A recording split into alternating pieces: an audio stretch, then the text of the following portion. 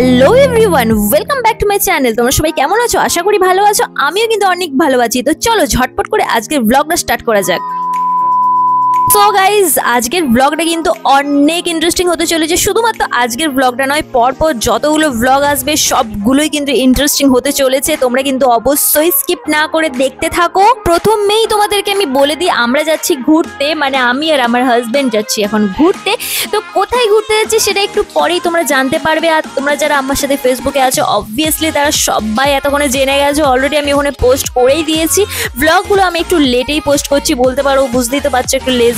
তো যাই হোক, চলো এয়ারপোর্ট চলে এসেছি। কিন্তু আমাদের ফ্লাইট আছে ভোর 5টার সময়।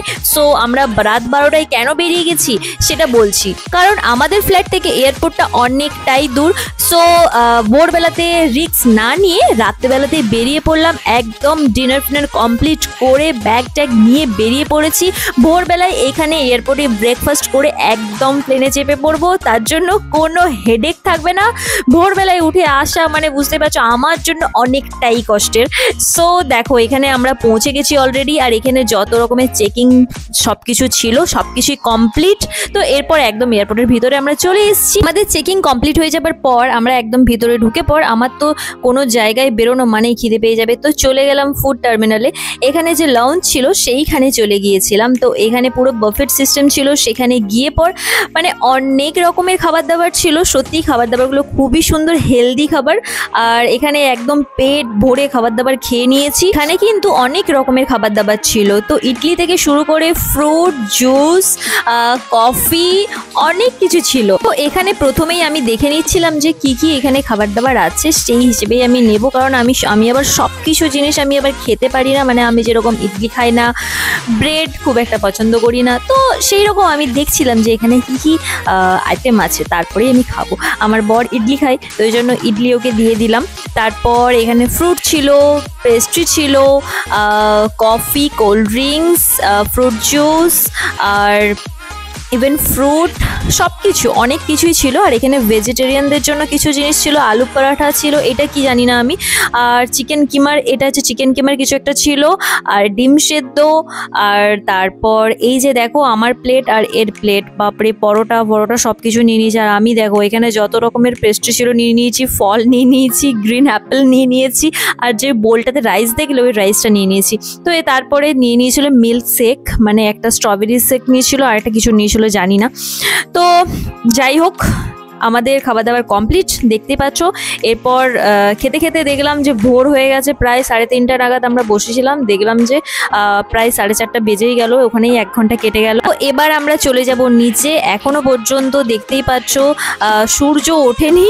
তো অনেক দিন পর সানরাইজ দেখবো।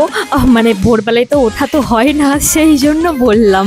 তো দেখো, এরপর আমরা এখান থেকে বাসে করে চলে যাব আমাদের ফ্লাইটের কাছে। তো তারপর ফ্লাইটে উঠে তারপর আবার তোমাদের সাথে বকবক করতে করতে পৌঁছে যাব। আমাদের খুব একটা বেশি টাইম লাগবে না, 1 থেকে 1.5 ঘন্টার মতো টাইম লাগবে। তো এবার বলি আমরা কোথায় যাচ্ছি। আমরা যাচ্ছি মেঘেদের দেশে। হ্যাঁ, ঠিকই শুনেছো, মেঘালয়।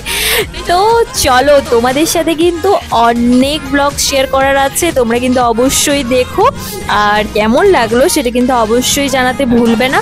তো দেখো, এবার কিন্তু ফ্লাইট ছাড়ার টাইম হয়ে গেছে। এখানে কিন্তু ওদের যে রুলসগুলো সেগুলো ওরা বলে দিচ্ছে।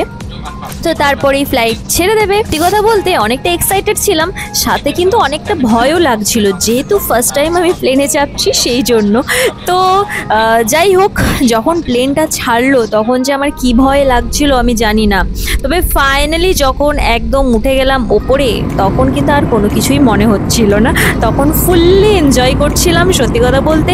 তো দেখো, এখানে জাস্ট ভিউটা দেখো। আমি তো মানে পুরো রাস্তাটা ভিউ দেখতে দেখতে গেছি। এই ভিউ এনজয় করতে করতে চলে এসেছি আমাদের এয়ার ইন্ডিয়ার ব্রেকফাস্ট। তো ব্রেকফাস্ট আমি আর কি করব আমি জানি না, পেট তো পুরো ফুল। দেখতেই পেলে এত রকমের জিনিস খেয়েছি যে সত্যি আমার পেট একদম ফুল। তবে হ্যাঁ, জলটা আমার কাজে লাগবে। তো কি কি ছিল সেটা তো দেখে নি। আমি তো সিরিয়াস বলতে আমি মানে যে টেস্ট করব সেটাও আমার উপায় ছিল না, পেটটা এতটাই ফুল ছিল। তো দই ছিল, স্যান্ডউইচ ছিল, জল ছিল, ব্যাস আর কিছু ছিল না। তবে আমরা যে ব্রেকফাস্ট করে উঠেছি, তারপর এই ব্রেকফাস্ট থেকে সত্যি আমার খাবার একটুও রুচি হচ্ছিল না। তো সেই সেই জন্য প্যাকেট করে আবার রেখে দিলাম, যে যেখানে জিনিস সেখানেই রেখে দিলাম, বেকার খেয়ে মুখ নষ্ট করে তো লাভ নেই। তো দেখো আবার এই দৃশ্য উপভোগ করতে করতে আবার এগিয়ে চললাম। আর পুরো রাস্তাটা মানে পুরো আমার এই ফ্লাইট জার্নিটা এতটাই মানে সত্যি ভালো ছিল। তো তোমাদের প্রথম ফ্লাইটে চেপে কার কীরকম এক্সপিরিয়েন্স হয়েছিল সেটা অবশ্যই আমার সাথে শেয়ার করতেই পারো। আমিও শেয়ার করলাম তোমাদের সাথে আমার ফার্স্ট এক্সপিরিয়েন্স কেমন হয়েছিল। তবে নাম্বার টাইমে আমার আবারও ভয় করছিল, কিন্তু দেখলাম যে না, কোনো কিছুই ফিল করলাম না, নর্মালি ইজিলি নেমে গেলাম, কোনো চাপ নেই। তোমাদের সাথে বকবক করতে করতে চলে এলাম আসামের রাজধানী গুয়াহাটিতে। এরপর এয়ারপোর্টের ভিতরে ঢুকেই দেখলাম এয়ারপোর্টটা খুব সুন্দর করে সাজানো রয়েছে। পুরো এয়ারপোর্টটা একদম আসামের ট্রেডিশনাল সাজে সাজানো আছে, খুব সুন্দর লাগছিল দেখতে। তো এখানে এসে পর আমরা একটু ছবি টবি তুলে নিলাম।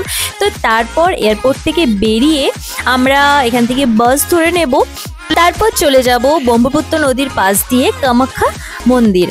তো তোমরা অবশ্যই ব্লগগুলো কন্টিনিউ দেখতে থাকো, পরপর পার্ট বাই পার্ট আমার ব্লগগুলো আসতে চলেছে। কারণ একটা ভিডিওর মধ্যে যদি আমি সব ভিডিওগুলো মার্জ করে দিই তাহলে কিন্তু আমার একটা ব্লগ পুরো অনেক লেন্দি হয়ে যাবে। তো সেই জন্য আমি পার্ট বাই পার্ট আমি সব ভিডিওগুলো দেব।